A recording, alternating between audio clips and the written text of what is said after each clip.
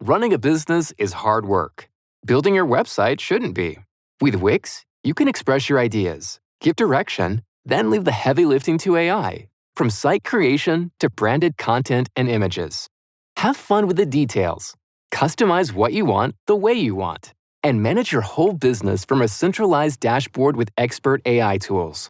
Build, scale, and enjoy the incredible results. You can do it all yourself on Wix. Hi, I'm Richard Karn, and you may have seen me on TV talking about the world's #1 expandable garden hose. Well, the brand new Pocket Hose Copperhead with Pocket Pivot is here, and it's a total game changer. Old-fashioned hoses get kinks and creases at the spigot, but the Copperhead's Pocket Pivot swivels 360 degrees for full water flow and freedom to water with ease all around your home. When you're all done, this rust-proof anti-burst hose shrinks back down to pocket size for effortless handling and tidy storage. Plus, your super light and ultra-durable Pocket Hose Copperhead is backed with a 10-year warranty. What could be better than that? I'll tell you what, an exciting exclusive offer just for you. For a limited time, you can get a free Pocket Pivot and their 10-pattern sprayer with the purchase of any size Copperhead hose. Just text WATER to 64,000. That's WATER to 64,000 for your 2 free gifts with purchase. WATER to 64,000. By texting 64,000, you agree to receive recurring automated marketing messages from Pocket Hose. Message and data rates may apply. No purchase required. Terms apply. Available at pockethose.com/terms.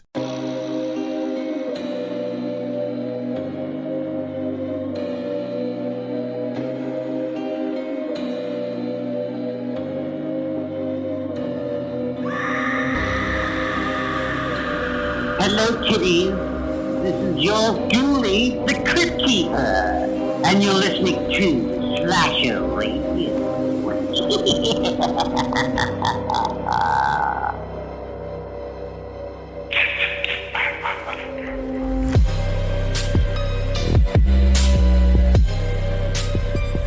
Welcome to Slasher Radio. Oh, that wasn't too loud. Host Mikey Bones, Cat Valor, and Rob Humphrey. What's going on, guys? What's happening? Not much. How's it going?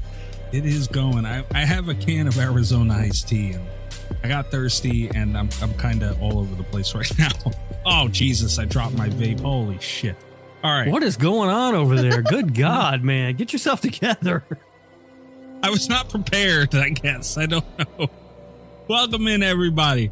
All right. We've been super busy as of late this month. It's October. So also, I forgot to mention the anniversary of the show passed too on the 1st of this month as well. Oh, really? Yeah. Oh, happy anniversary to us. Yeah, right? I guess horns and whatnot. The show started in 2018, I believe. 19, 20, 21, 22, 23, 24. God damn, 6 years old. It's like a weird number too. Yeah. You know? So, yeah. Happy anniversary, guys. We didn't do shit for it. What's the 6th anniversary gift? Looks wood? Oh. Happy anniversary to me and you, my friend. No. Sorry. It is not wood. It is 6-year anniversary gift. It's iron. Oh. Yeah. Okay. Iron. That's less fun. It's our iron anniversary.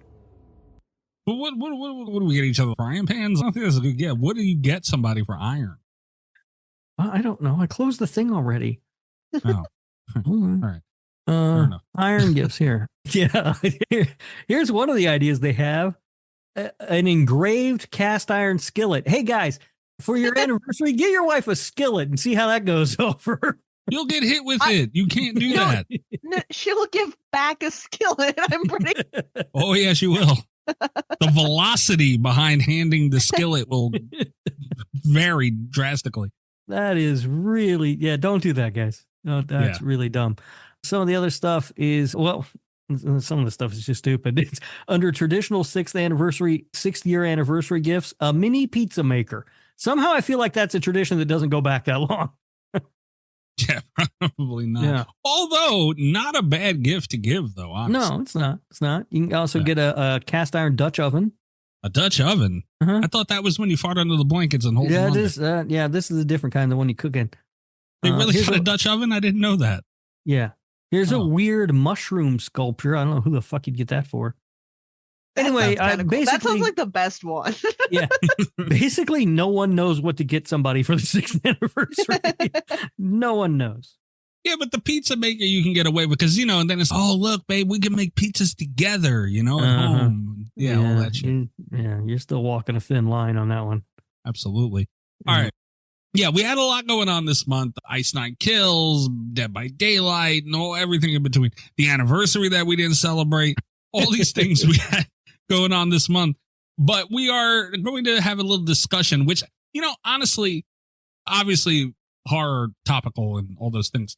Honestly, I wouldn't be mad if we did this more often. Not like replacing movies entirely, but. So I sort of thought about this, and I was thinking in my head we could talk about this. Think of it as the president once a year gives a State of the Union address, right? Yeah. Talking about how things are going in the country. I feel like in October, one thing we should try to do, and somebody's going to have to remember this because we know it ain't going to be me, is we do like a State of Horror episode. And we sort of talk about things that have happened recently and maybe emerging trends and things that we think might happen going forward, and how we feel about things at any given time for the genre. You know what I mean? Yeah. That was sort of the general idea. Yeah. See, the thing was when you guys did This Horror Life, because I did like the topical thing because it's a lot easier, and it's sometimes also, it's easier. Sometimes it's actually a bigger pain in the ass. It depends on the topic. That is true. But coming up with a new topic every week is a real big pain in the ass after a minute. I'm sure. But that is something that I miss about that show was the discussion topics. Yeah. Yeah. And so, I wouldn't mind doing some check-ins. If we're more selective, I feel like it'll be better. And I didn't want to step on the This Horror Life toes, because I did like the idea and it does bring up good discussions. And we don't got to watch a movie for the week, which is nice. But, it's just something I feel like we could throw in the rotation every now and again. Sure. But we're still going to be, movies at core because that's just fun. But I do think we get to do this. We do have a voicemail for this week. We're going to get to drink roll call. And then we can get into do you want to lay out the topic, Rob, just to give like a general synopsis of what we're going to be talking about? I feel like I just kind of did. Yeah, it's a state of the genre. Yeah, you sure did, didn't you? Yeah, I feel like that already happened. Drink roll call. I'm going to need you to get your head in the game over there, Mikey. Speaking of my head, honestly, I'm drinking the Arizona iced tea that almost brought the whole show to a screeching halt as soon as it started. So I'm not drinking anything alcoholic. I am smoking my greenery, so that explains a little bit of the ditziness. I think I just come ditzy though, so it makes it a little worse. I will say this though, it's not alcoholic, but I do need to bitch about a drink. This is going to be like a borderline. It's like a drink roll call horror court almost. Okay. So I do my grocery shopping online because I hate human beings. And I don't want to go to the grocery store, wait in lines and pick shit out and wait for these old ladies. And then, someone asks me to get something off the damn top shelf. It's a whole pain in the ass. I don't want to deal with it. So I don't. And I order my stuff online. They deliver it to my house. Beautiful, right? So I'm going through and I was getting drinks and everything. And they had this stuff, Pepsi. I don't even have it in front of me. But it was like a boosted, hold on. I have to look it up now. I thought I would have remembered because I was mad at this fucking thing all day. Okay, here it is. Pepsi Nitro.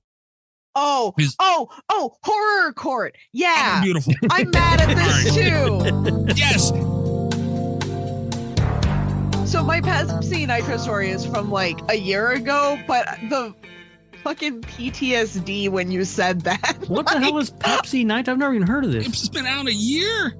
Yeah, it's been, so I don't know if it's been out a year. It's a seasonal Pepsi drink that they have, and they've gotten me 2 separate times because they had Pepsi Nitro and then they got rid of it like real quick, and then they came back with Pepsi Nitro Vanilla, and I was like, oh, this one's gonna be fucking better for some reason. Yeah, I mean, I'm looking at this sounds good. Yeah, it sounds too, good. right? And you know what, I'll go so far as to say it tastes good, except let's see if we have the same problem with it, Mikey. What's your grievance? What's being from horror the sound recorded? of it? We do. But let me lay the table a little bit even further.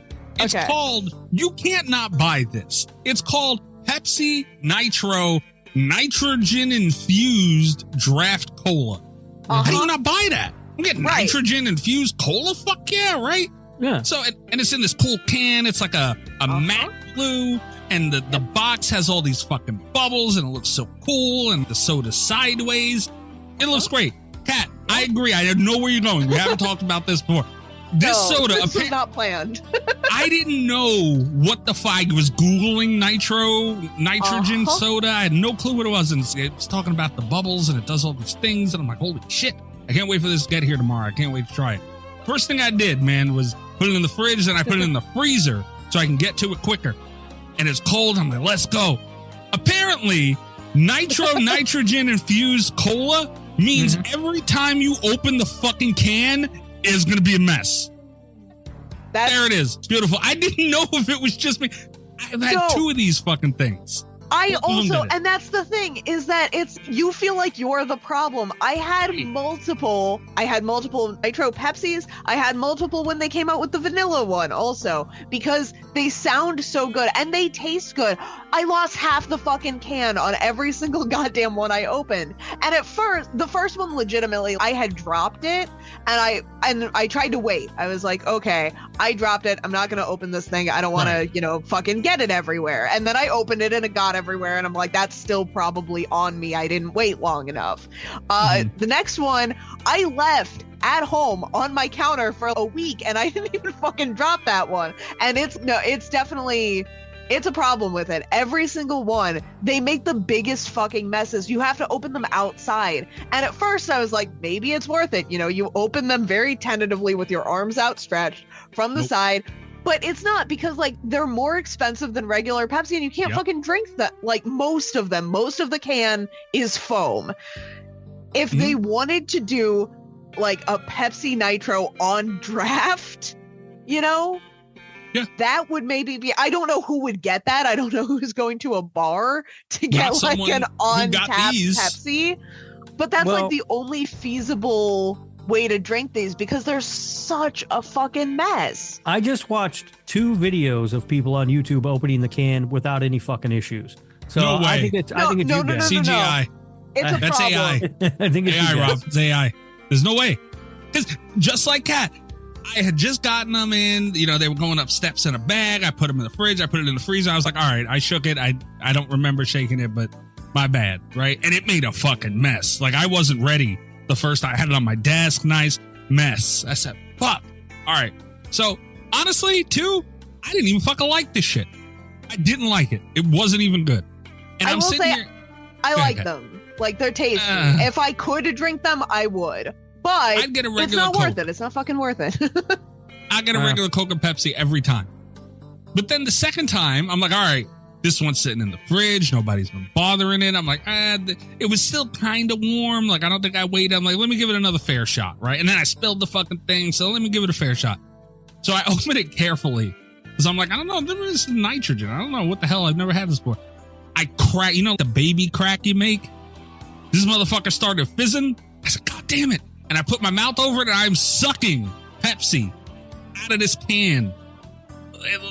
It was ridiculous. So it finally stopped and I opened it all the way and it's fucking mid.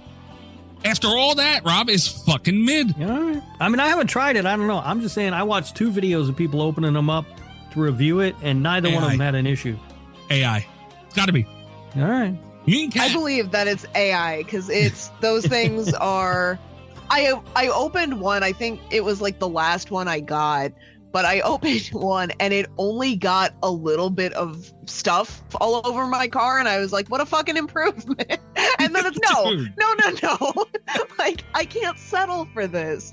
This is so. And then because they keep promoting it and then taking it away every time they get me, where I think this one's gonna be better, and then it never is.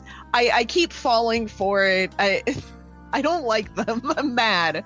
I'll look and see if I can find it when I go to the store next time and give it a shot. Don't do it. We'll see what happens. Don't do it, dude. I'm telling you. In fact, I didn't even look on stopandshop.com. This thing has a 1-star rating. And I go to the rating. I didn't notice this yesterday. I probably still would have bought it. But I didn't notice this, but it says, probably not worth it. The latest gimmick is the title. This should have went in with the movie reviews. We got reviews this week, guys, still. Probably not worth it. The latest gimmick. Actually haven't tried it yet.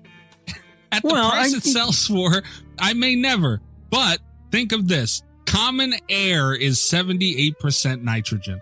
What a fucking genius. But the other beverages do that too. There's nitro coffee. Fucking Guinness is nitro.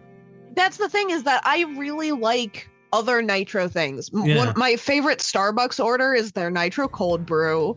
I think that's delicious. I'm a big fan of the nitro beers. It made sense to me that Nitro Pepsi was going to be good, and I think that they were almost onto something with it.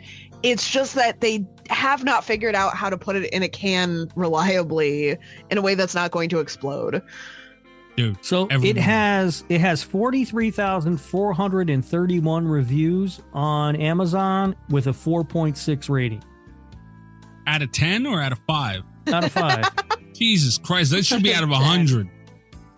Honestly, holy shit. No, it's not even I'm gonna try it because I don't believe you guys, because I'm watching people open these cans left and right with no problem. Open it outside. Don't say we didn't warn you. Is all I'm saying. It's gonna make a mess. If I get shit all over my kitchen or something, I'm gonna blame you both. You better We're not. telling you now. I am 100% gonna blame you both for making me try it. We're not even gonna tell you not to get it at this point. Just open it outside is all we're saying. Don't open it in a car.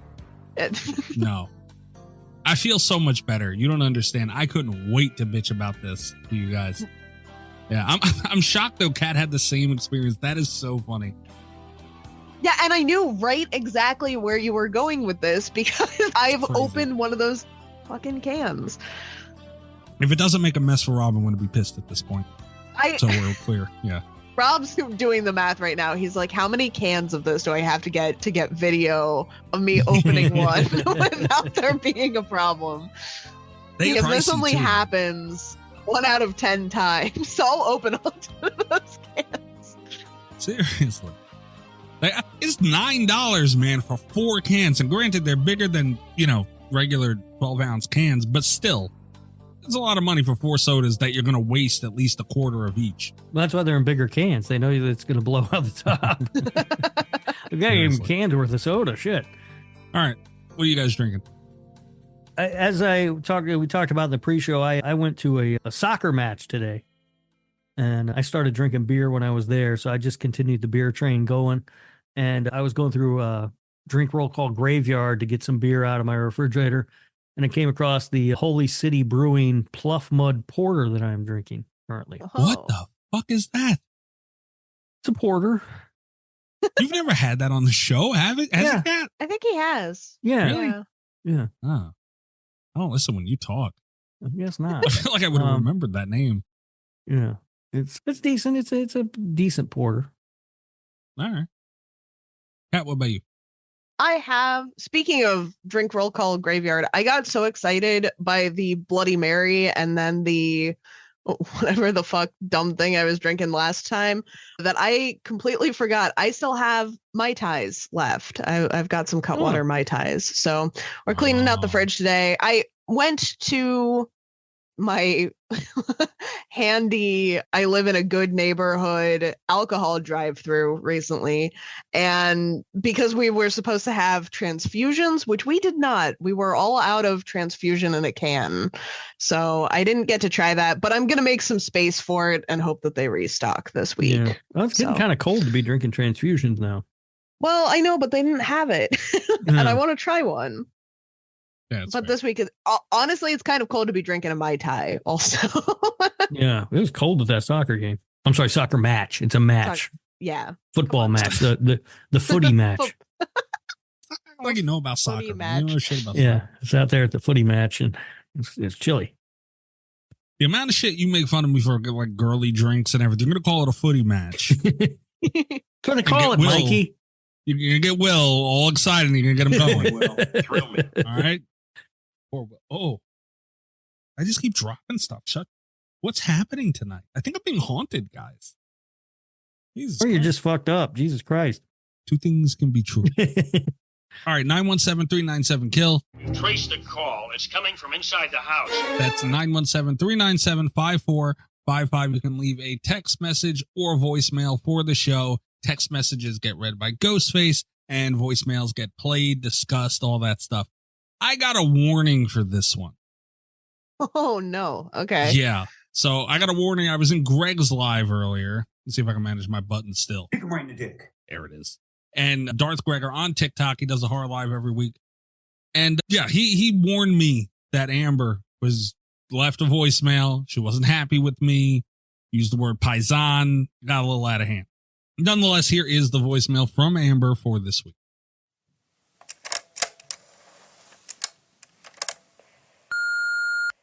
Well, first off, hi, everybody. Hi, Rob. Namaste. Thank you for being Amber. so kind, generous, and supportive. Hello, Kat. Beauty and brains. I love your darkness. Fuck, Mikey. What the fuck is wrong with you? As many years as I've been your friend, I have had your back on a lot of things, and you just forget me? And you want to blame it on being drunk? Wow, that's a slap in my face. But I'm here to give you a warning. You keep saying the devil's name and he's going to appear to you when you least expect it. He can smell your fear here in Jersey. There's a reason why we live by the Pine Barrens. You know about the Jersey Devil. I think about what I'm saying, and I would take care of it before it's too late because he's coming for you. As for the two shows that I recently listened to, Terrifier and your 100 Variety Countdown, excellent shows. Proud of all of you guys. But Mikey, what the fuck? Seriously. Do you know how bad that hurt my feelings to think that you only thought of me because you're fucking drunk? What the fuck is up with you? I thought you loved me. I love you. But apparently it's not both ways. Thank God for Rob. Yes, you guys, thank God for me. Yeah, What thank God for did Rob. you- It got in my mouth. Don't be mean to Amber, Yeah, Mikey. stop hurting Amber's feelings, Mikey. Quit Okay. saying the devil's name. Yeah. Wait, that's the thing. She By was devil- scary in that voicemail. She was scarier than Aggie normally gets. Yeah, that was a I feel creepy voicemail. A bit Yeah. threatened on your behalf, Mikey. I believe that the devil that Amber is referring to Kick Ghostface in the dick. I love it, gabagool. is Darth Gregor. Now, where are we going here? Because I understand. I hurt Amber's feelings. I was drunk. I wasn't even drunk last week. I don't think. No, I didn't drink anything last week. It's 2 weeks in a row. Drink roll call. I didn't drink nothing. I was high. I'll admit. But still, I'm guessing it's the Terrifier thing that we didn't have them on for Terrifier. Amber, look, I am sorry. The thing is, there's so many movies that so many people want to do. And here's another thing. This show, like a lot of people, Amber is the best example of, like, there's a family atmosphere. You know, there's just certain people that, it's different. We love all our listeners, but the ones that are really involved with the show, they get it on such a level. You know what I mean? And, Amber's one of the ones that are just family. And there's a lot of people that want to do a lot of different movies. Amber, you and Greg, there are so many movies that we can have you guys on for, to be fair. It's not like there's not golden opportunities at any point. And we're going to have the hot take thing. We were talking about having the hot take thing for a while. That we do need to do again, too. We've been very busy, though, above all else. Like, you guys have to admit, we've been very, very busy. And there's a lot of shit that has to be done for these things that it just throws a lot of shit off. And a lot of it happens very fast. And we don't know. We didn't know what we were doing tonight until tonight. I mean, it's to that degree. So my apologies. But with Amber, come on. It's not like you're never going to be on, Amber. You're Amber. Guys, right or wrong? I understand. Fair. I understand what you're saying. I will say, however, Mikey, I have never been too busy for Amber. It sounds like maybe you, my friend, are. You never accepted their horror trivia off. I like them apples. What horror trivia off? Oh, you don't even remember it. Amber, get them. Kat knows what I'm talking about. Greg and Amber challenge you and Kat to a horror trivia off on Patreon. Well, yeah, I'm handicapped, but I got a team of Kat. Holy shit. Wow. Everything. Amber, get him. Kat's gonna yell out martyrs for every answer, or funny games or some dumb shit. sign up for the Patreon. Patreon.com/. There will be dumb shit for that. I can promise. They are all 4 of them very knowledgeable. It will be very informative, but there will be a lot of dumb shit. Yeah. I really want to argue and defend myself because I win a lot of the horror trivia Patreon shows, but also. Well, Kat, I win all the shows. We know that. I score the most points in a lot of the horror Patreon shows. Maybe, but only one of us wins. But I have really bad luck, and sometimes it'll be like I'll show up crazy drunk, and then Rob will be like, "We're doing a really hard trivia game today," and it's going That is how it goes I don't a lot, remember my name, or like I'll try weed for the first time, and Rob's like, "Horror Olympics." Oh Like, yeah, boy. yeah, we did. Yeah, that was fun. You kicked ass in that horror Olympics, though. So as much as my pride is wounded by the idea that I would handicap Rob, given my luck on the Patreons, it's possible I could be a detriment. But either way, guys, come on, right or wrong. Like, you guys got to even throw this one out. And Amber, the door's always open. We just get busy. Yeah. I mean, fair enough. It's really busy, and I don't like to give Mikey his due. You know, I don't like it. But when we have interviews and stuff, it's extra work on Mikey. By a lot. Yeah. Yeah. You guys don't understand.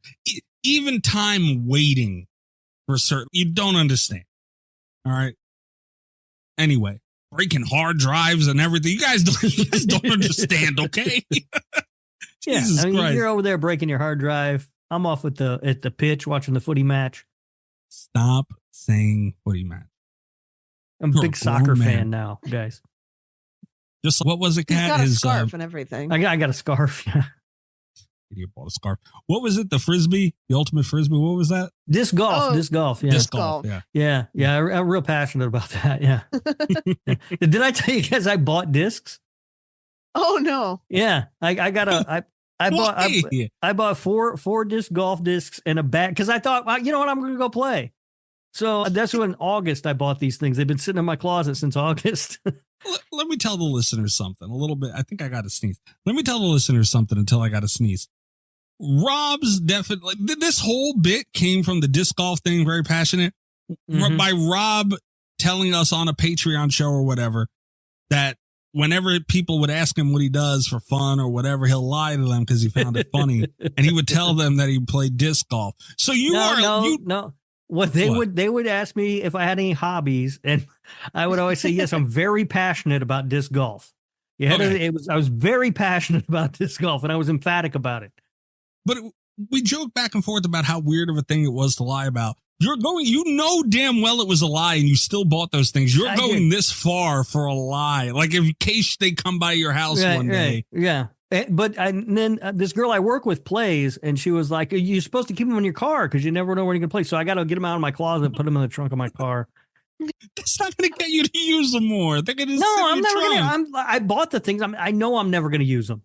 I knew it when I was buying them, but I thought, you never know. It could be fun. I'll go out and do it. I'm not going to do it. But I got the discs now. Do it. Your life is incredible. I know. It's pretty awesome. Just wake up one day and out of nowhere in a group chat, your co-host is going fucking ballistic about how he's now going to be a plant owner. He's decided. He just woke up today. No. And he wanted to do it. No. My son wanted to be a plant owner. I got stuck with the plants. Yeah, but you people don't understand how hard you went. Like, you bought everything. Yeah, I bought stuff I was told later I didn't need to buy. I've still got plant supplies in my storage area outside because I thought I needed to buy like extra dirt and stuff, and it turns out I didn't. So I have dirt if I ever need it. But when you go in, you go all the way in, is all I'm saying. And like, you never know what it's going to be. Yeah, I got the 2 plants right now, trying to do a little triage. I kind of forgot to give them water for about 2.5 weeks. Apparently that's not good for the plants. All right. Moving on. Do I got to hit my button? Oh, yeah. God damn it. Crazy idiot! Get the fuck out of here! You! Go ahead, go back to turning tricks and old folk and you pain in the ass! The Gabagool Mystery Corner, where our listeners anonymously send in Italian memes making fun of me for being Italian. Memes are up on Patreon. I try my best to describe them on the show. There's no horror tie-in here. I don't get it either. Here's what I find funny. You mentioned at the top of the show that this is the 6 years the show's been around, right? And now I'm just thinking 6 years ago, you and when I started listening, it was you and your cousin were doing the show. Me and Bobby? No. The other cousin, a guy called Crap Pants, but I know that's not his name. It's not his name, but yes. Yeah, I just can't remember his name. Yeah. It was. I think it was just you and him, if I'm not mistaken. And Bobby would kind of like pop in and out every now and then. Wow, you were listening a long fucking time. Yeah. And then you went around and you switched it up with some different people and stuff. But I like to think that 6 years ago, or a little more than 6 years ago now, you were sitting around with your cousin. You're like, you know what we should do? We should start a horror podcast. We talk about horror movies. It'll be a lot of fun. We'll give our opinions. We'll make Grandma Bones proud. And here we are 6 years later doing this. That's not the direction I thought you were going. Yeah. Did you 6 years ago, did you think I'm going to be looking at Italian memes every week? Never in a million fucking years of my life. I never knew how long you were listening though. Holy shit, you were listening a long time. Long time. I never knew that. Yeah. Why'd you listen for that long? We were horrible. What'd you listen? No, you guys weren't good. So why did you continue to listen? Because I was like, it was still entertaining. Like I enjoyed it. Bullshit. There's no way. That shit was terrible. So I have a thing about podcasts that I listen to for the most part, or I used to. Not so much anymore. But back then, I liked podcasts that it sounded like people who were just sitting around talking, who didn't really know what the fuck they were doing.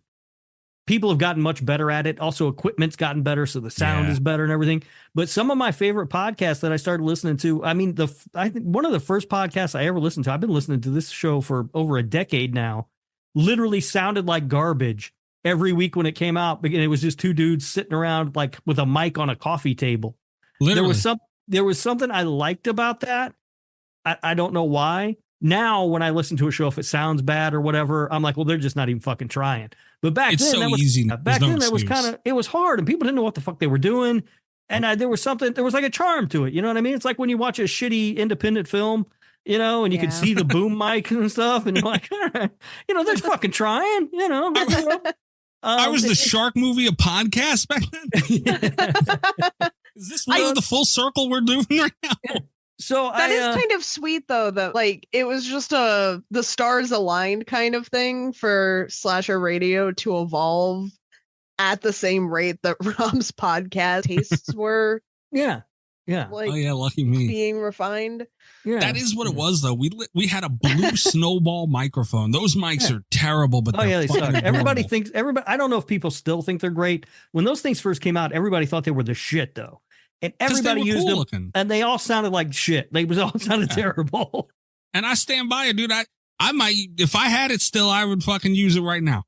I mean, this show would sound very different. It would be for the gimmick, but I loved it. It was so adorable. I loved it so much. Anyway, yeah. All right, meme time. Let's see this fucking thing. Whoa. Yeah, I'm not sure what I'm looking at here. Honestly, I mean, I know what it is, but it's just odd. It is kind of odd. I have a little bit of a preface for this one, more for the listeners than for you guys, because you guys are already looking at it.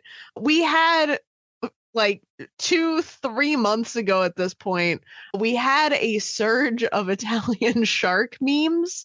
And that was a thing that I promised we were going to be doing moving forward. And then we had a couple timely things. We had a guest. We had a controversy, and then we had to make up for the controversy. And now we're finally back to the last couple of. We actually had one that's not even an Italian meme; it's just a shark meme. But this is like the last of the Italian shark memes. Yeah. And this is kind of nice after the run of Italian memes that we had. Yeah, you're gonna make me bleed, Jesus Christ! Listen, God damn it, Rob. Look. Show meeting real quick. But yeah, it's nice. The show is edited very differently. We were just talking about times have changed. All right. Mm-hmm. I don't listen to every word of the show anymore. Oh, okay. So I don't know how you're doing it. Forget about this. You might want to mark it down. I don't know. Yeah, I don't think it's that wrong. I think you can say that. I think it's fine. I feel like the deal we've made about it. You know what I mean? Yeah, maybe. I just write a fucking note that says and now I gotta do a note that says again. I really hope I remember to go back in and do this. God damn it, Rob. All right. The biggest lead up to a terrible meme ever. It's a shark eating a plate of spaghetti. It's AI. Yeah, but it has a beer too. At least I think that's supposed to be. I think it's supposed to be a beer. Looks like cranberry juice. And a little necktie. He's dressed up for his fancy Italian feast. Like a bow tie on. Would you? Now, I know, Mikey, you've said before, you're on record as saying you don't really like his bow tie's in that spaghetti. Yeah. That's a bow tie. Yeah. You're on the record as saying you don't really like spaghetti. Now, would you eat this spaghetti? No, I was going to get to that. Okay. Because, there comes time, I'm leaning right into it unintentionally. There's times where the food in this segment is so egregious, I have to say something. Mm-hmm. This is AI. Somebody didn't draw this, so this is what a computer spit out. But it has little pieces of, actually, not chunks of tomato. Yeah, I mean, those look like full-on slices of tomato. Yeah, it looks like it got stuck between pepperoni and tomato in the AI machine making this.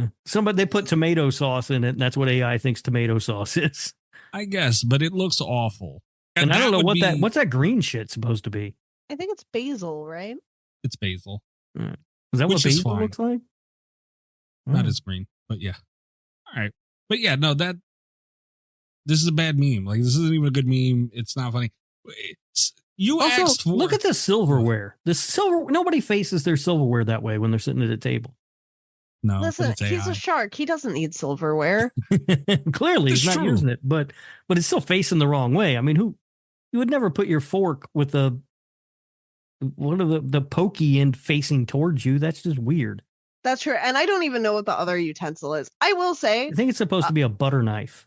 This was I don't know. It looks like one of those pie things, maybe like those little pie spatulas.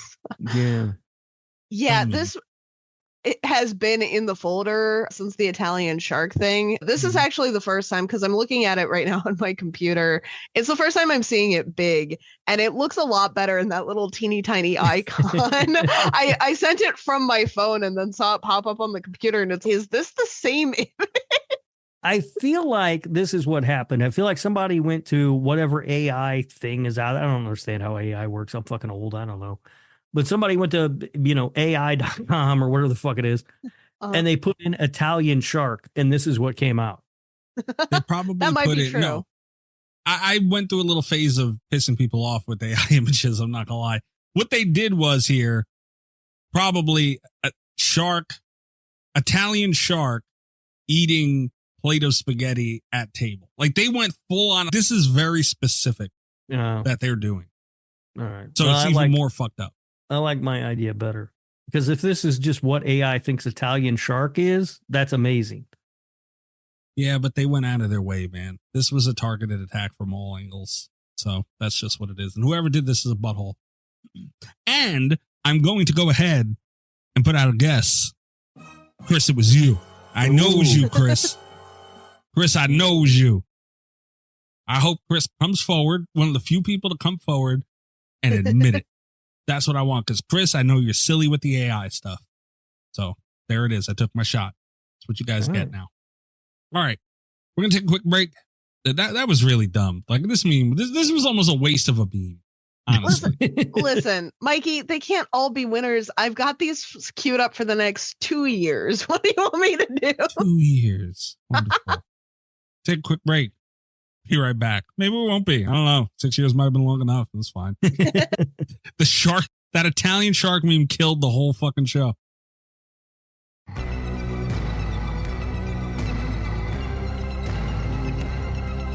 All right. We're back. Rob, this was kind of your idea, I think.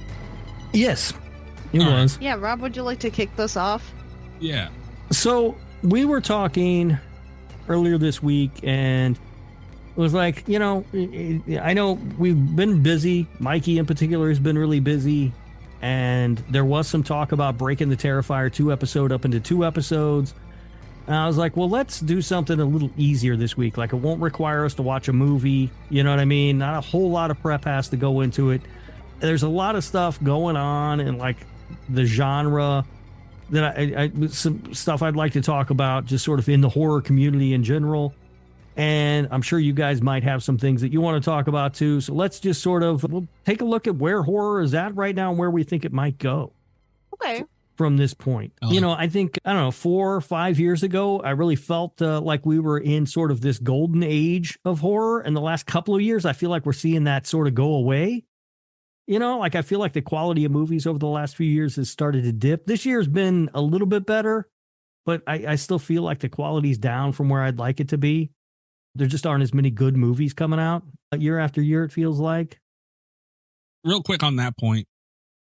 I do think that this year was a down year, but I think we've been so spoiled recently that it's not as down of a year as it seems. Well, I think this year is better than last year. I think last year was a terrible year. Yeah. For horror movies, but I'm trying to remember. Even still, though, it wasn't that bad, though. When No, you really we think still about had it. Infinity Pool and Evil Dead Rise and Yeah, Evil Dead Rise. That's, Talk to but me. that's the point. I feel like it's just a couple of movies every year. You know what I mean? I mean, even this year, the best. I mean, you've got Long Legs and The Substance, right? And then there's just kind of a whole lot of okay. Terrifier 3. There's a whole lot of okay. No, Terrifier 3. Look, again, whether you like it or not, though, it was a big movie and it didn't disappoint. It's not like it disappointed. You know, like it was I'm still. hearing more disappointment from fans of Terrifier than I'm not. I'm not. I finally seen it too from our episode last week. It's a good movie. Like it's not as good as 2. It's better than 2, in my opinion, but that's not saying much. I'm a low fucking bar. Debatable, but still, you know, that was very good for horror. And I've seen a lot of positive about it. I haven't seen much negative at all, honestly. But still, like it, you know, we had how many movies is a good year, not counting recently? You know what I mean? What would you think? We'll see. Trying to think of what was a really good year. Right. So I feel like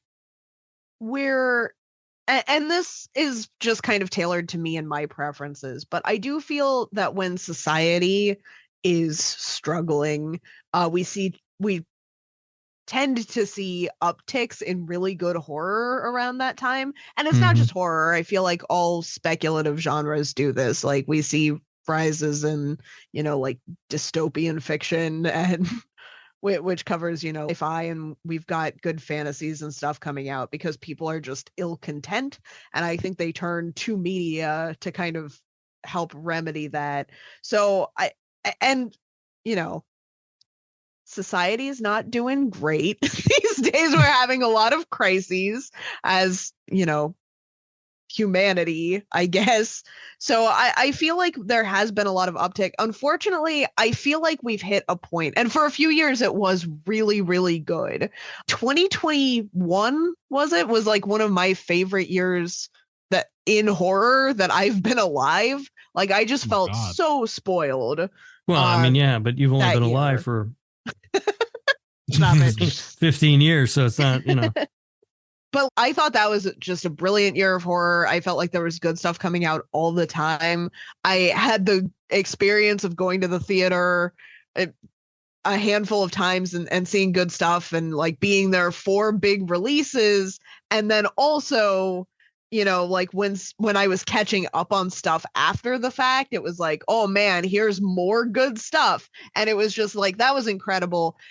Now I feel like we're at a point where the issues that we're having are also starting to creep into the production line. There have been a lot of movies this year that have been failed by one area of the production process or another. There have been a couple that I've been really turned off by because of, you know, like practices that I don't believe in, and like just outer world stuff is starting to creep back in. And I feel like our balance has gone from like, people still have a lot of things to say about how scary society can be, but also society is starting to negatively impact the movie world. And it's frustrating.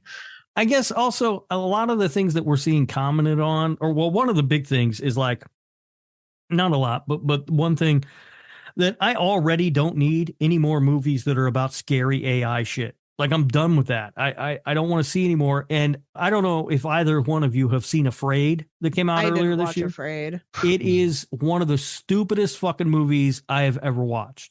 It is so bad, so generic, and so forgettable. I really, and I've gone on record as saying this, I'm very, very against AI in the movie production process at all. I think if you have a studio with artists on it, you have no reason to be using AI. And we talked about it because it's come up on the show a couple times. I was really against it in Late Night with the Devil. I was impressed by the hoops that Fede Alvarez used for the generative, whatever you want to call it, AI that was used in Romulus, which I feel like was better, but also not necessary and brought down the overall experience of the film for me. They're just like, I think there are different degrees of it, but my main stance is bad. That being said, and I'm like really irritated, obviously, right now with Blumhouse, like the rest of the horror world this week, because they want to take it in that direction, even though they're already like a mid-budget studio that's very profitable and don't need to be doing this. They could be doing whatever they wanted. And I think it's very dumb that they've chosen to go in the direction of generative AI after releasing a movie like Afraid or Mithrigan about the horrors of AI. That all of this to say, as much as I am against it, I also don't want any more movies about why it's bad. I get why it's bad. I'm there already. I don't want to see it over and over and over again. The funny thing about that Blumhouse thing is that Jason Blum shared that on Twitter as if it was this great triumph. And I don't know if you looked at the replies. He took a virtual ass kicking on Twitter. I have been laughing about that thread pretty much all week. Yeah, I don't know that, I will say, I don't know that Blumhouse makes a lot of like major missteps like that. Yeah, they put out movies that aren't great sometimes or whatever, but that, I don't know how you could read the room so wrong as to tweet that out as if it is this great accomplishment that you have achieved. And you know what I mean? And just think that people are going to be on board and not come at you for it. That was so weird. There are, because Lionsgate did something similar recently. And first of all, no one reads Lionsgate's shit. So it went a lot more under the radar, first and foremost. But also, Blumhouse in recent years has had a track record of producing movies that are about why AI is bad. And while I'm not saying that they need to do that more, you would think that anyone would know at Blumhouse that AI is bad. It's just, and that was something I saw recurring in the comments a lot as well, was people bringing up Afraid and Mithrigan and the spin-offs that have been announced for those, and asking, if Jason Blum even knows what kind of movies they've done in the last couple of years. Yeah, it was really pretty funny. It's, I did kind of feel bad for the guy because he does seem like a nice guy, but he was it was brutal. And it was also really funny. And I can only feel so bad for you because you kind of stepped in it, man. I mean, come on. There was no way that was going to ever go over well. No. Yeah. But I don't, like Mikey, you mentioned Terrifier 3. And I heard a very interesting conversation about this on, I was listening to the Horror Movie Club podcast. Great show. Brian and Ashwin do a very good job over there. They're very entertaining, but they were talking about, they did an episode on Terrifier 3, and they brought up the fact that it was number one at the box office, made whatever it was, $19 million. I think it finished with, or whatever, 18.9, whatever the fuck it was. And the question became, because it was a not rated film, that it had bypassed the MPAA and went straight to theaters, and because Hollywood is very copycat, and the horror genre is also extremely copycat. I mean, look through the history of this genre. It's just other people copying other shit, right? Yeah. And so the question is, are we going to see more of that? More movies that just bypass the MPAA altogether and go straight to theaters? Interesting question, because here's the thing. It's not easy to do that, though. is the good thing of it, because let's be honest, Terrifier, without bloody disgusting behind this, Terrifier doesn't even sniff a theater. And I'm not saying I like that, but that's just the way it is. So no, you're right about that, but it has now, and it's been very successful, which means that other movies would have that avenue open to them now. Yeah, sure, but I still feel like it won't be that easy to do. I think, like you'll still have to be a real project. Raccoon will never fight its way into the theaters. You know what I mean? Well, and that's a shame for everybody involved, to be honest with you. No. But you know what? Does that make sense? Like I think it's a good thing, because if that means that movies are going to be able to take more chances, and that is what we need. There's a lot of, you mentioned a lot of repetitive bullshit, and we need more chances taken. And Terrifier 2 was a very big chance that was taken, and it paid off. And that's, if they make money and they see they can make money, theaters and everybody involved, they'll do it. So that's a good thing. The Terrifier knocked it out of the park. Whether movie good content aside, they still did an incredible thing for the genre. And it's good that other movies will get that opportunity, but it's also good that there's still kind of that bar there that has to be met. Thank God for that shit. Well, and that's the other part of that question then, right? If this movie does well at the box office, because we see this time and time again, I mean, the 80s slashers were all predicated on essentially the success of Halloween, right? Friday the 13th jumped on that train, and then everybody got on after Friday was a huge hit. So, and we've seen it with found footage, right? The Blair Witch, and then later, even to a bigger extent, really, Paranormal Activity really launched a fuck ton of terrible found footage movies. Are we going to see, if not in theaters, just a bunch of people who go to make these sort of gory, over-the-top, extreme slasher films in the vein of Terrifier that are all going to suck real bad? Yeah. I also hope, and this is a little bit different, but on a similar point, I'm also seeing like just smaller budget movies do better in theater and hit wider theaters. A couple years ago, like when Shudder started doing their like limited runs for Shudder exclusive movies in theaters, there weren't any places near me that I could go that were screening any of them, because they were, events. And it's like Mubi,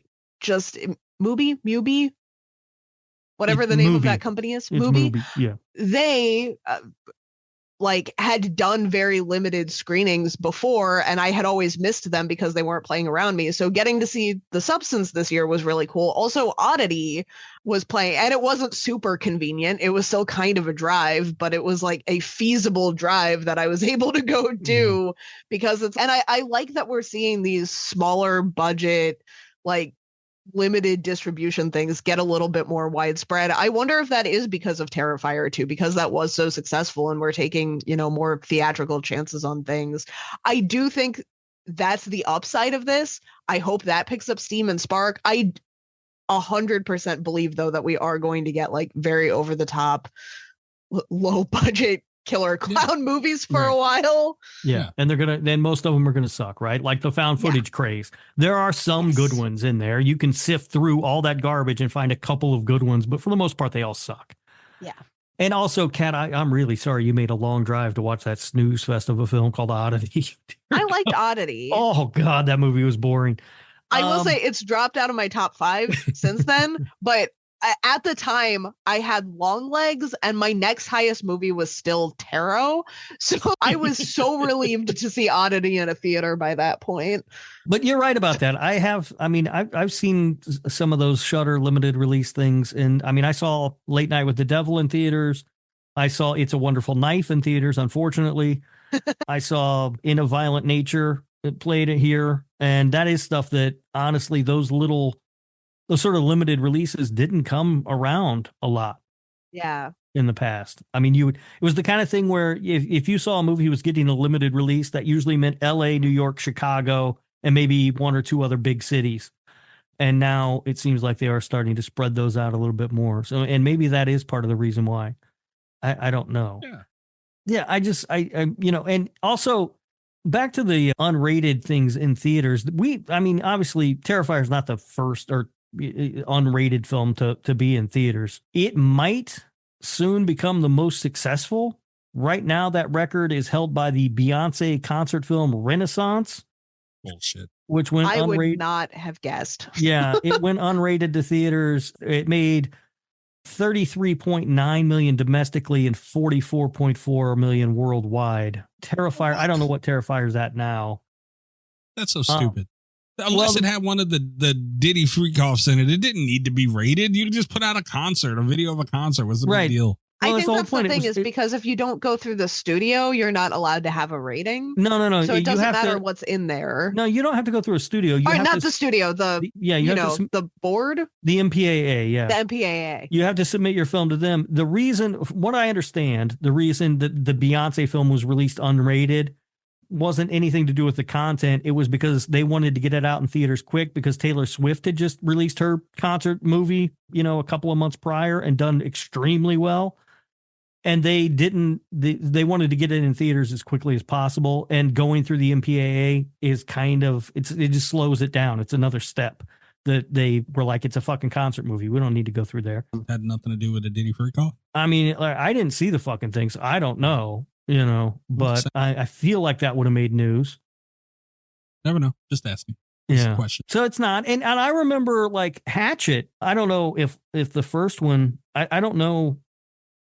At least one of the Hatchet entries went to theaters unrated. Not many theaters though. Yeah. So it's happened before. I don't know. The Beyonce movie I believe opened at number 1 at the box office, but it's not something that happens often. But I am kind of wondering whether or not we're gonna. And you know what? Look, I'm not gonna be sad if the MPAA goes away, to be honest with you, because fuck them. They're a pain in the ass. But, it's just, I'm curious to see whether we're going to start seeing more unrated movies show up in theaters or not. No, and it's a good marketing technique, honestly, right? Yeah. You're like, hey, this is an unrated movie. That'll drive people. It's like those fucking it's the parental advisory stickers on fucking CDs. Remember? I don't know. Yeah. Do they still do that? I don't even know if they do that anymore, but they used to put that shit on the fucking CD and then everybody wanted, you didn't want the shitty, like edited version, My grandfather got me a CD once and it didn't have, that's how I knew it didn't have the sticker. I'm like, oh, of course my grandfather would get the edited one. God damn it. Like, I listen to rap music, man. There's no reason to listen to it. It's got bleeps. Every other word is bleep. Yeah. Every once in a while that happened. Like there was, I don't remember what album it was, but there was something I bought it at like a fucking Walmart or something. I didn't know there was an edited version. You know what I mean? Like I just didn't even know. And I got it home and I'm listening to it. I'm like, oh, motherfucker. Yeah. I used to keep when Blink-182's self-titled album got really popular. I was the only one of my friends that had like the unedited one. So I used to keep like extra copies just like burned in my locker to distribute to swap out with the edited versions for my friends because it was really important. That was all I did that year. It was like it's important to me that everyone hears every fuck on this album. Yeah, absolutely.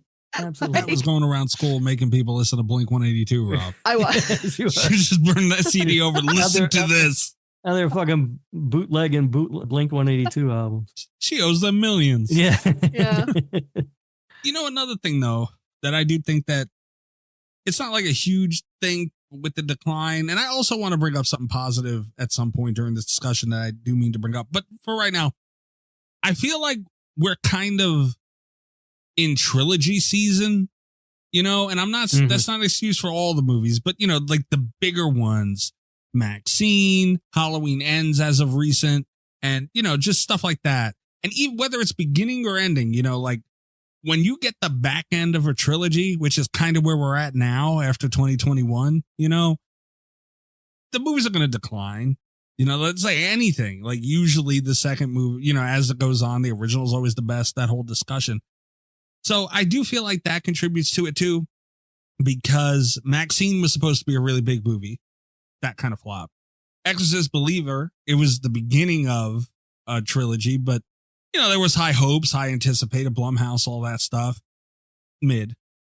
So it's like the trilogies, as big as they were and as great as it was going, I don't know, man. Maybe not everything needs fucking 3 movies, that's the one that really scares me, is because I felt for a while like we were getting so many original non-sequeled films, and now I feel like so many of those have gotten sequels that I don't feel that way about it anymore. They just, the couple that I'm most upset about recently, Ready or Not 2 is happening. We're didn't a even sequel hear to about Ready or that. Not, which I don't love because it doesn't need it, and it feels like a weird movie to not be standalone. And then also we're getting, there's the American Psycho remake that's coming out that I don't feel real confident in. Yeah, a lot of shit coming back, man. Strangers Chapter 1. You know, did you guys see the teaser trailer for Chapter 2? Oh God, yes. It looks so fucking dumb that I think this might be the movie of the year when it comes. I mean, it looks so fucking stupid. I don't know. Did you guys see Chapter 1? I still haven't seen Chapter 1. No. It's awful. It is so fucking bad. Is it I'm watching that yet? soon. It might be. I mean, I feel like it should be, right?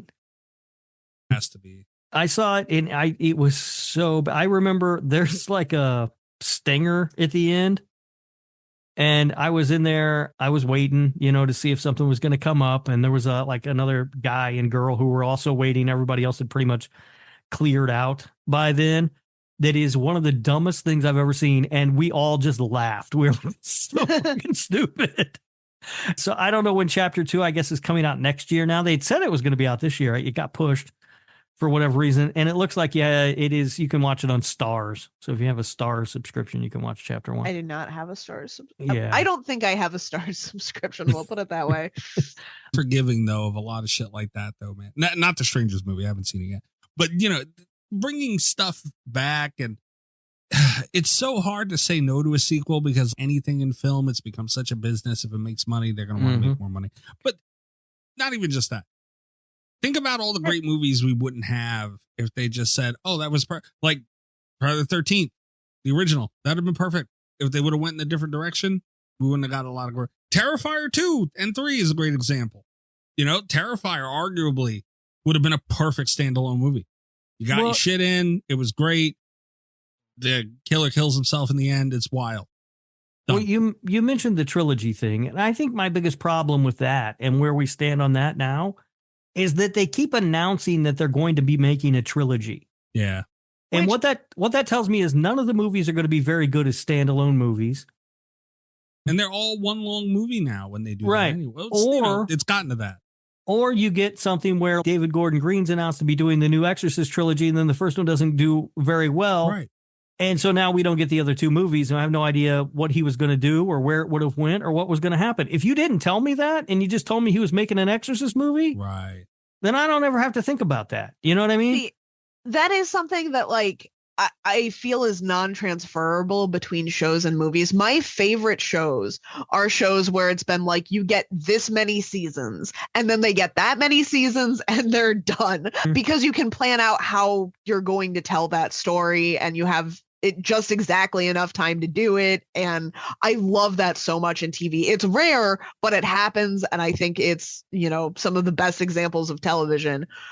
Movies can't do that because movies should all be horror movies, especially should all be able to stand on their own two legs. They should be entertaining enough, and even when you watch them sequentially, you should get that full resolution. And I just that even though I didn't like the David Gordon Green Exorcist, I didn't have a lot of faith for it. And I don't think it was that good.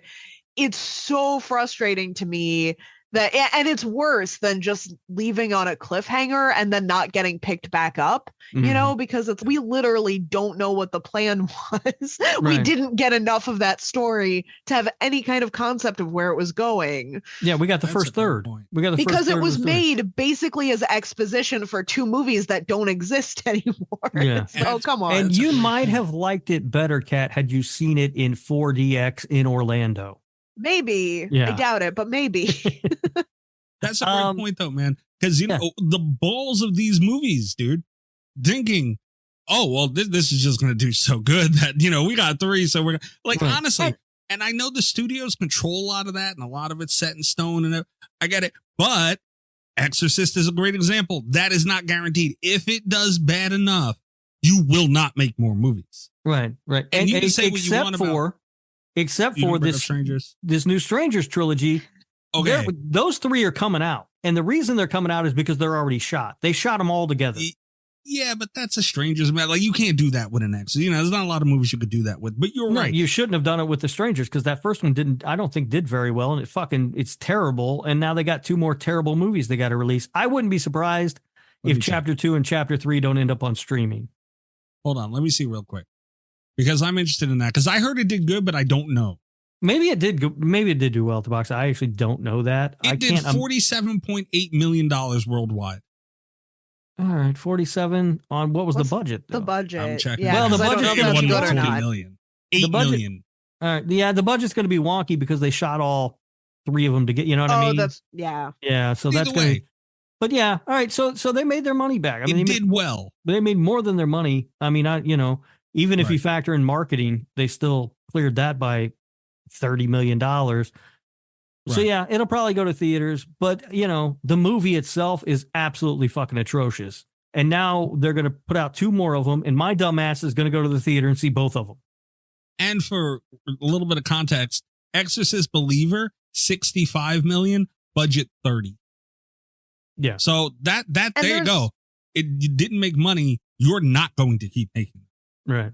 And that doesn't even factor in. There's just no pressure to do, because we talk a lot about, we talked a lot specifically last week about the proof of concept movie that was Terrifier going into the trilogy. And even though I ended up liking the proof of concept movie better than the trilogy, it's still, they had to prove the concept first. Exorcist Believer did not have to do that. There's no pressure for that first movie to be good anymore. And that sucks. And they're not making movies the same way anymore, man. You're not going into it. You should conclude the movie. Period. I mean, I get it. There's going to be some cliffhangers and some things that, can get away with it. I understand. But as a general rule, you should make a movie to make a fucking movie. I understand you have a road in mind and a story and everything, but still make a movie. And this from the guy who gave Terrifier 2 a 9 something. Well, that does nothing but ask questions throughout the entire movie with no answers. What did I just say? There are some movies where you can get away with it. But still, you're right. That's true, though, man. Here's the difference between Exorcist Believer and there's many differences. The one difference. They're basically the same movie. The only thing that separates the two. Could you imagine? But no, the difference is people really, really like Terrifier 2. Mm-hmm. So it made money. Like, that's it. That's what it all comes down to, man. If people like it, they will buy it. You got to make something people like, ultimately. And if you're going in so open-ended, which Terrifier did, but it worked. And if it don't work, it's a win or lose. There's really very little middle ground there, man. And you've seen it with Exorcist Believer for the first time. That could happen more often. And the other thing that doesn't factor into that Exorcist thing is that they spent a stupid amount of money for those rights. I mean, it was it was like $400 million or something just for the rights. So they had to make a lot of money on those movies. Right. And it was a prisoner of being an Exorcist movie. Strangers, all right, people will go see it. Maybe it'll be good. It's a good night out at the theaters. Might be a fun movie, right? Dude, people want to hate that Exorcist movie because it's an Exorcist movie. Out of the rip.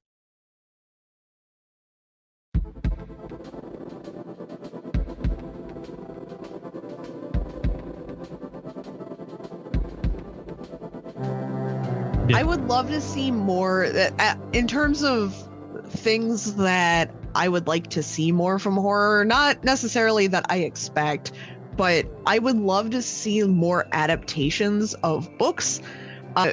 There was this great period in horror where we were making movies based off of books, and now we just make movies based off of the movies that were based off of the books. And there are other books. There are new books coming out all the time.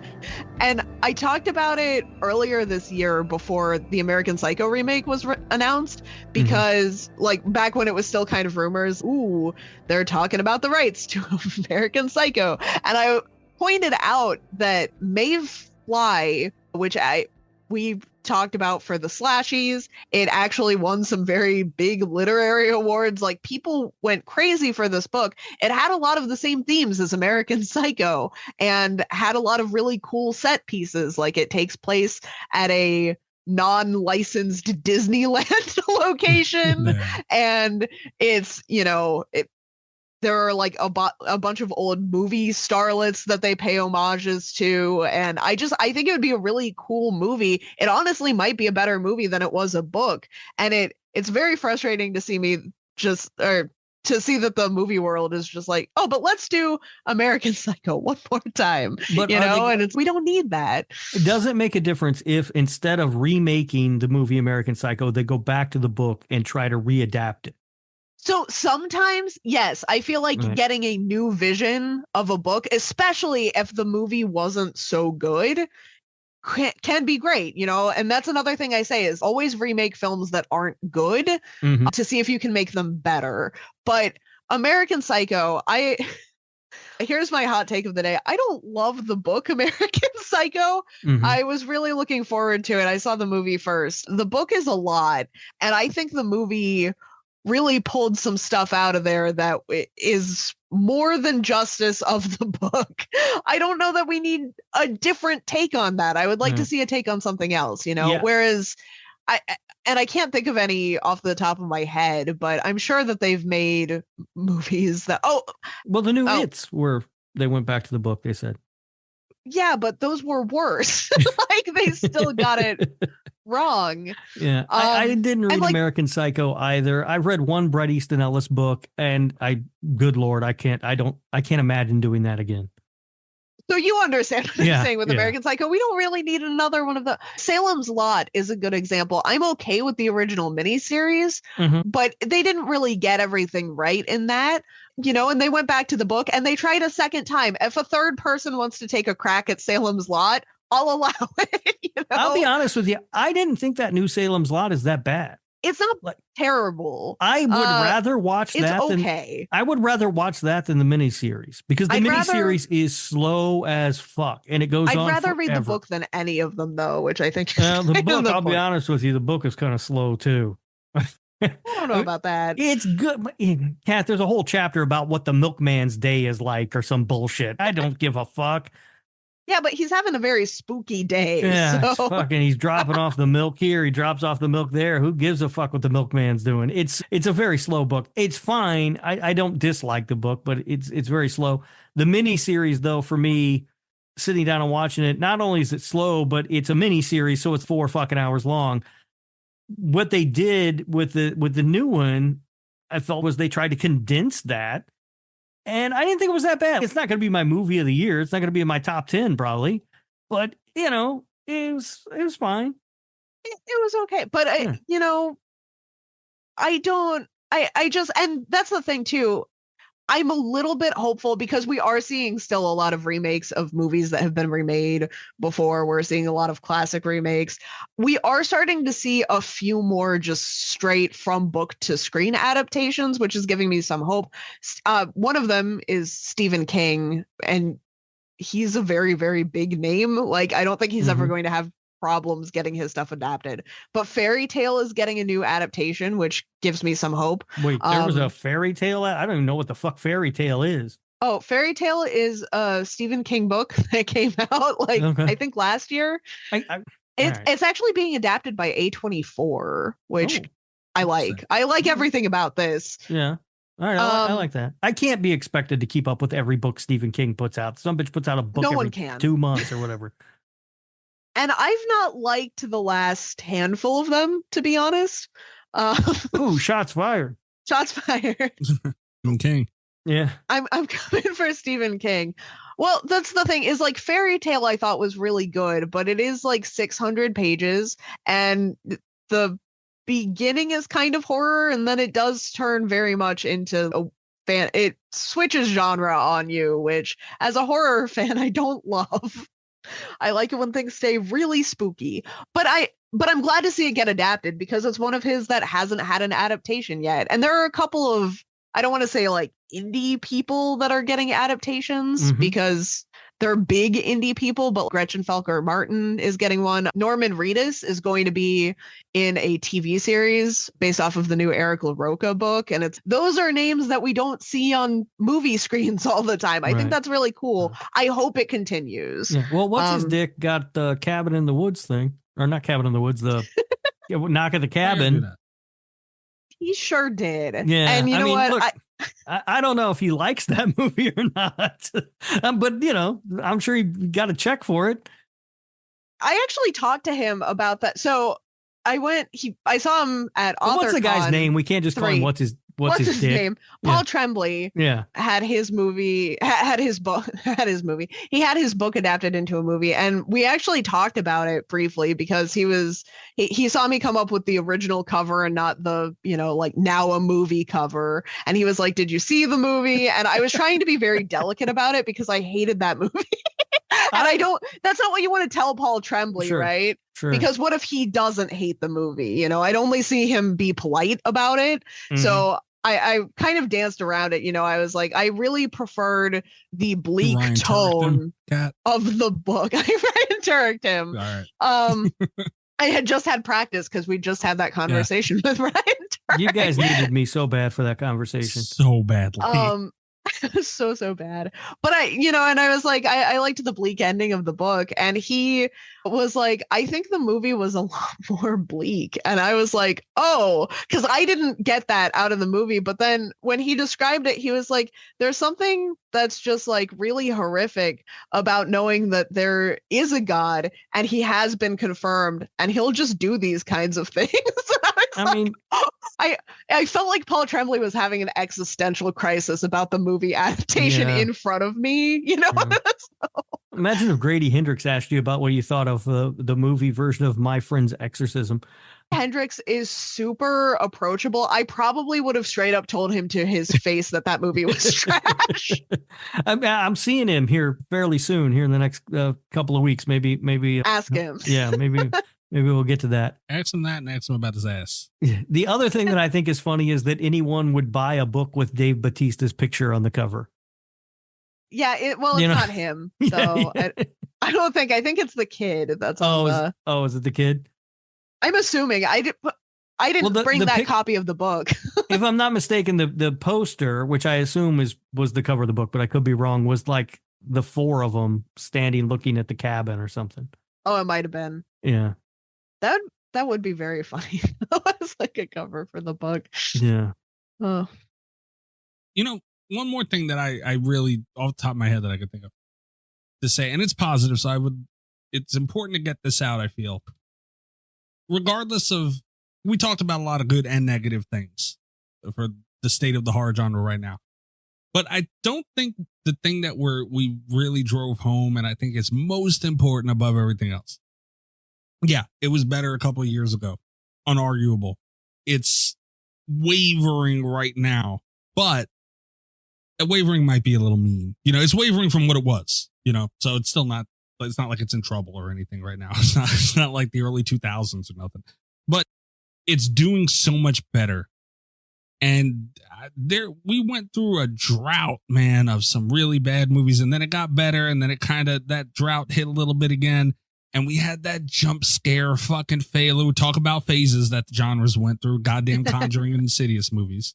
Kate, those Insidious movies are bad. That's kind of what the mainstream and most horror movies around that time jumped onto, was just spamming jump scares. Mm. And we went through that, and that was a very bad time. But it's come so far from that. It's gotten so much better. We have intelligent movies. I forget when that came up. We had actually when we were talking to Nick, Rob, I think you brought that up. We'll talk a little bit about that when we're signing out here, but we had that discussion recently with freaking Nick. You can check him out on TikTok. And the genre has got the quality has gotten better, and the substance is more prominent now in these movies. And I feel like that's important because we do have a mix of fun, and the horror genre needs that. I feel like maybe we could swing a little bit more in that direction. I don't know what the answer is, but still, point being, we're doing better, and we've come a long way from the droughts that we've had semi-recently. Right or wrong? I mean, I think so. I don't know. And my biggest thing, I guess, is that I feel 5 years ago, I left the theater, like Kat was saying, a lot, going, that was awesome. That was great. Oh, what an awesome movie. And the last couple of years, I've been leaving the theater more often than not going, that's fine. It was mid. Yeah, but it's not bad. It's a lot That's of, what I'm saying. It's not a lot of bad. There's a lot of fine. Years ago, what was it looking like? 10 years ago, I probably wasn't even going to the theater. What I'm saying, man. Yeah. I almost prefer, and anyone that's followed any kind of port noise on this show is going to know this. I almost prefer when movies are like bad but interesting to just mid. And that was a thing that I suffered a lot early this year, was that there was just a lot of boring movies. That was my problem with Maxine. Well, it wasn't that I hated it. It was that it was fine. That's kind of worse sometimes. Sometimes that is worse. Yeah. That's how you end up with Tarot as your number one movie for half the year. And that was the thing about Tarot, was that like when you put it up against Maxine and Night Swim, and I don't remember what the other one was. There was another one I went to see that was just like, I guess that was a movie. Tarot at least made me laugh. That was an emotion I had at that theater. And I was kind of desperate for that by that point in the year. This year started out rough. I'm at a point where I have, at least 5 movies that I really liked from this year. And there are several more coming out that I'm looking forward to. So we're ending this year on a much better note than we started, but goddamn, first 6 months were rough. Yeah, it seemed like that because the beginning of the year is usually a dry period for movies, right? Yeah. Typically speaking, anyway, there's just not very many. When a movie comes out in January or February, chances are it's not any good. Abigail was the other one. I came out of the theater and I was just like, whatever. Yeah, marketing fucked that movie. Because it's a whodunit that they advertise as a big, it's her. Yeah. It was, damn it. Movie. Yeah, they should have never put that in the trailer. I understand that it's going to be maybe hard to get people into the theater if you're advertising this movie as sort of just a heist movie or a kidnapping movie or whatever. But if that reveal comes up without people knowing it, it's fucking incredible. Instead, it's wasted. And it was. And that's the thing that I really like about it. We can talk about good marketing, but I think having really quality branding and then just taking wild swings, because the movie I was most excited to see this year, other than the two, I guess, were Longlegs and The Substance, and neither of those advertising campaigns told me shit about those movies. I was in the one because it's I want to go see Nick Cage, and I was in for the other one because it was just like a 30-second here are weird vibes, and I was like, I'm sold. I don't know that I saw much marketing for The Substance. I was in because I saw Demi Moore was in it, and I was like, damn, when's the last time she was in a movie? I want to go see this. They had trailers for The Substance that were just like 30 seconds. They had kind of the voiceover from the ad that plays in the movie and just like random clips of the movie. I had no idea what was going on, but it got me in the theater and I was really glad that I went. And the one that I'm most excited for now, by the way, is Companion. And I have no idea what that movie is about. It's just, they were like, from the team that brought you Barbarian. And I was like, sold. Yeah. I'm not sure what that's about either, but yeah, I'm in on that. Although I think the director of Barbarian, I can't remember his name, but I think he's just a producer on it. I don't think it's his film. But that's what I'm saying is, which is unfortunate. I'd like to see another film from him. Although I did hear somebody say, and I don't remember who it was, but they were saying that they read or were under the impression that he wasn't like a horror guy and he didn't want to keep making horror movies, which is really unfortunate if true. That is unfortunate if true. But that's what I'm saying is, because the Barbarian trailer also didn't give anything away. And a lot of people, myself included, fucked up and didn't go see Barbarian in theater. But then when Barbarian came out to streaming and it was amazing and stuff, it's now I will go see every movie by that team without watching any trailers. And I would love to see more horror movies take those kinds of chances. I would have gone to see at the beginning of the year, I would have gone to see a Radio Silence movie just knowing that Radio Silence did it. I was there for Melissa Barrera more than I was for the movie trailer anyway. I wish that I had known nothing going in except for, those things. And now I'm to the point, because Abigail was so spoiled by the advertising that it's like, I'm really dreading Ready or Not 2. Yeah. I would already have been skeptical about that, but the last movie I saw from them, wasn't a good theatrical experience. And that's going to carry with the next several Radio Silence movies for me. Right. And Barbarian's ad campaign actually, it may have done the film at the box office anyway, a disservice, because the trailer made it look like the most boring, plain Jane, seen it 1,000 times movies. The only reason I saw it in theaters is because Mikey, like he says, I see pretty much everything that comes to theaters. To a fault. Yeah, but I went to the theater expecting like this is probably going to suck. And I was blown away. Like I was just sitting there in the theater going, what the fuck is going on? But that is the kind of marketing they needed for Abigail. They should have sold it almost as something that it's not. Also, rumors, and purely rumors, who knows? I've heard just as much that this is bullshit that I've seen that it's true, maybe even more so. Rumors going around that they're trying to get Barrera back for a Scream again. Oh. It would be very, very funny if she just was like, nope. Oh, I respect either way, man. Honestly, if she comes back, right, I would lose a little respect for her if she comes back, especially knowing that poor Chris Landon got thrown out on his ass. Yeah, but if they do the right thing, man. When the whole thing blew up and now we're not going to get his movie and he's not going to get to make it and everybody else is going to come back and make a fucking movie. Yeah.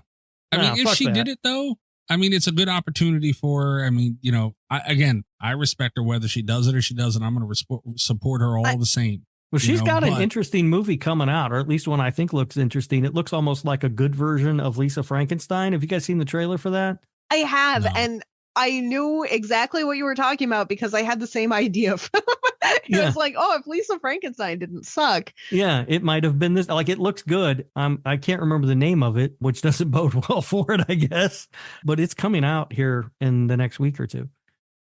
But now I think I do feel like I would lose a little respect for her if she came back. Like, fuck. I don't think I would lose respect, but it is a difference for me of like where I'm at right now with Melissa Barrera is that I respect her so much.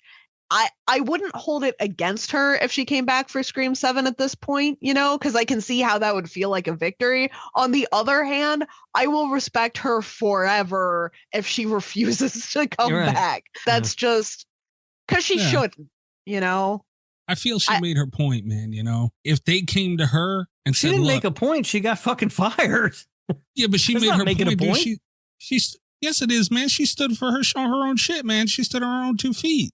Yeah, she didn't give a fuck. They wanted her to apologize. She said, "Fuck you. I believe in what I'm saying," and I respect that, man. Nah, if she comes back, I will lose respect for her. Not all respect, obviously. I think I did not like her in Scream 5. Like, I didn't think her performance was very good. I thought she was really good in Scream 6. She was the only thing I liked about Abigail. Yeah. And I'm looking forward to this new movie that she's got. I actually think she's a pretty good actress. Yeah, that's it. By the way. Yeah. Yeah, but no, if she comes back for the next one, I will shake my head at her with a disapproving look.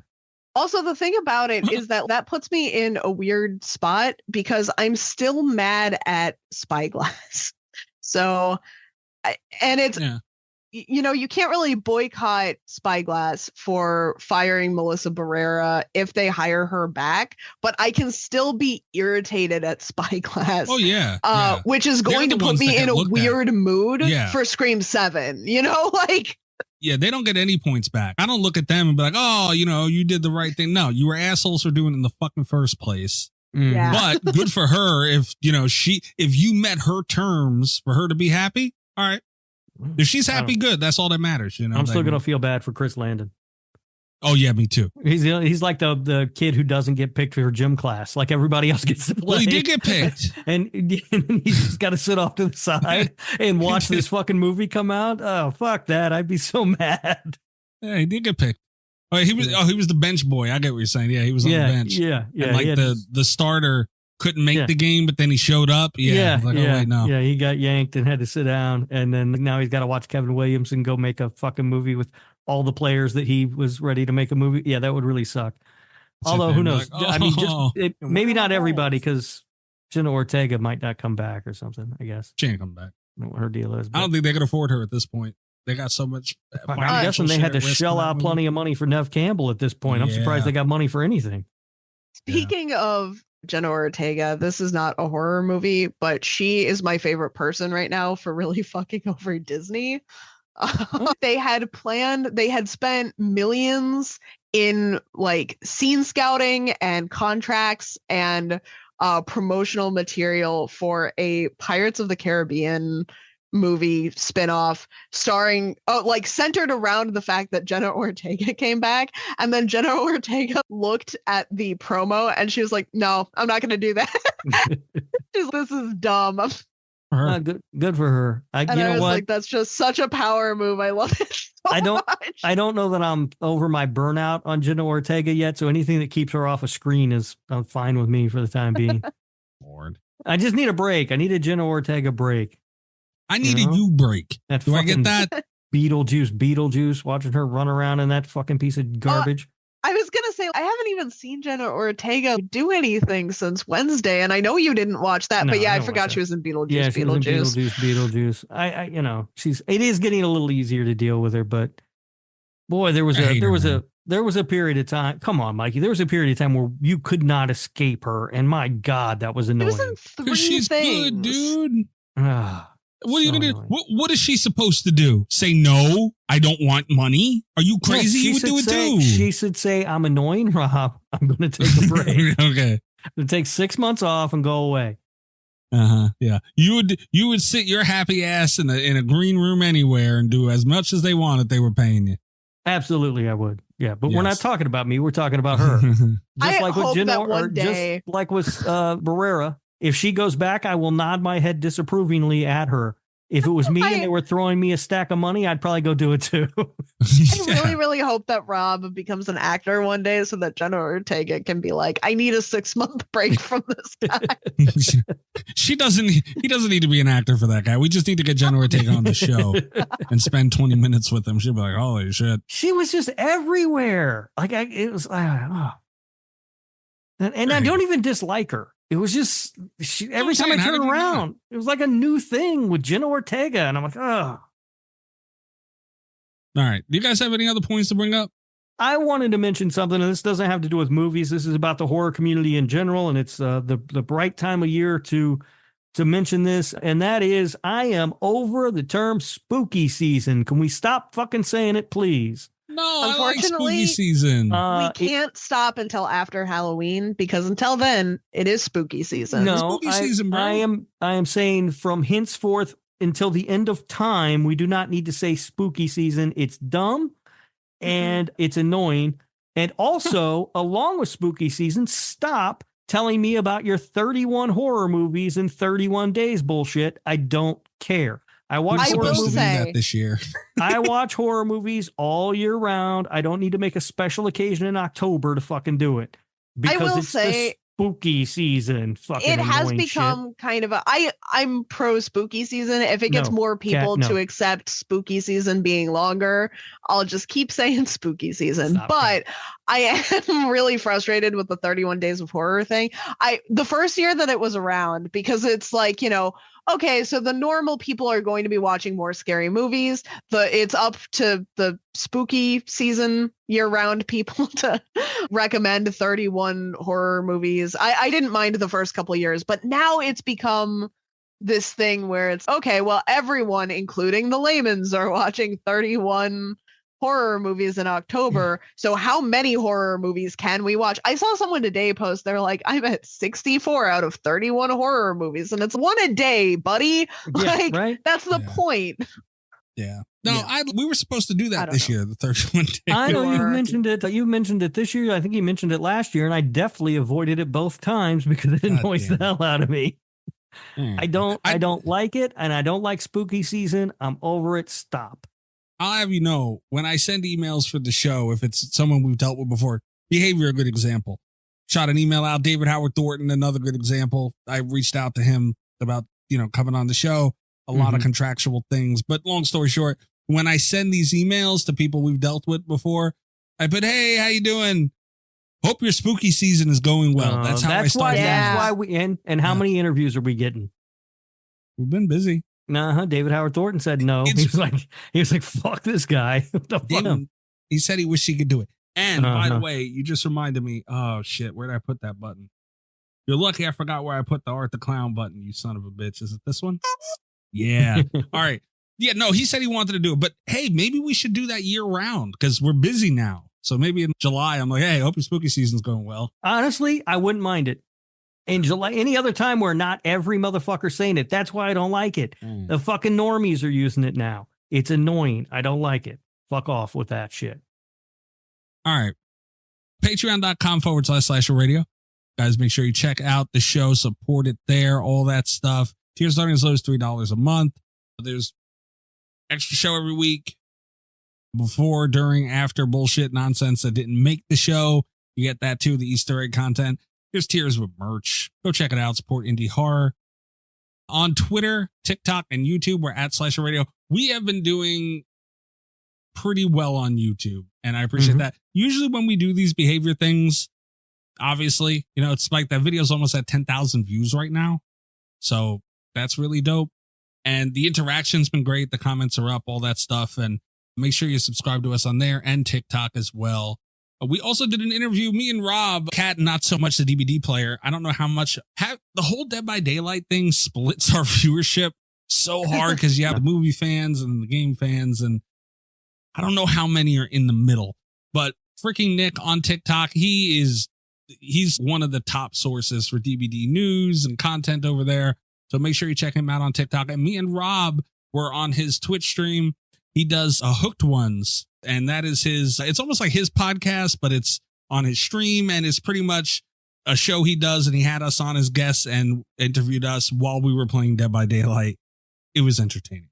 It was fun. I enjoyed that quite a bit. Yeah. Rob was very annoying. I don't believe that. I don't know what you're talking about. Nick Cage down. Nick Cage on a hook. Well, the girl that we were playing with, Kat, Rob went down later on in the night and she said, Nick Cage down. It was so funny. But yeah, that was a lot of fun. Nick is awesome. So check him out on Twitter. It's freaking _Nick, and TikTok, Twitch at freaking Nick. Any DVD play. He tells some horror stuff too, like licensing and everything that comes up too. So make sure you go check him out. That was a lot of fun. I think that's it. I'm at Mikey's Dead on Twitter. If you want to bother me, go for it. Rob, what about you? I'm on Twitter at Radio Rob123, and you can listen to the other show that I do with Kat, the Nick fucking Woo Cagecast. That is Nick effing Woo Cagecast in your podcast players. And we just released our episode on Drive Angry. And coming up, we're going to have our episode on a movie whose title is really generic, and I cannot remember off the top of my head. It's something about justice. Yep. I know that much. Yeah, by the way, you didn't say butthole this last episode. What I know. man? I can't believe I forgot. I completely forgot about it. And in Drive Angry, there were a lot of opportunities where it could have come up naturally as the part that really... Yeah, that movie, there were buttholes to be talked about. That's what I heard, man. You guys had Nick Cage banging somebody in the middle of a shootout or something like that. It was crazy, dude. You gotta watch that movie, Mikey. It's nuts. We were trying to figure out how to get it on the podcast. It does have the devil in it. Hey, if we're doing any Nicolas Cage movie on this show, Let's Not Horror, you know which one it's going to be. I'll be banging. Just saying. But yeah, perfect opportunities left around. I was so annoyed too. I'm like, man, this movie's got like ridiculous stuff, and it's going to be easy for me to say butthole. And you never even said it. Yeah, so now you got to say it. I was taking things very seriously, and I couldn't be bothered. I wish you would do that here. That's kind of the point. Kat, where are they finding you? You can find me on Twitter at cat_velour, or check out my website, catvelour.com. Hell of a deal. All right, guys. We'll be back next week. Next week, let me look at the calendar. Next week is Halloween. This episode comes out on Halloween. Holy shit. Ooh. Yeah. We got to do something big. No pressure. I've got a fun meme planned. Oh, good. That's we're covered then. Yeah. Wonderful. All the best with Slasher Radio Podcast.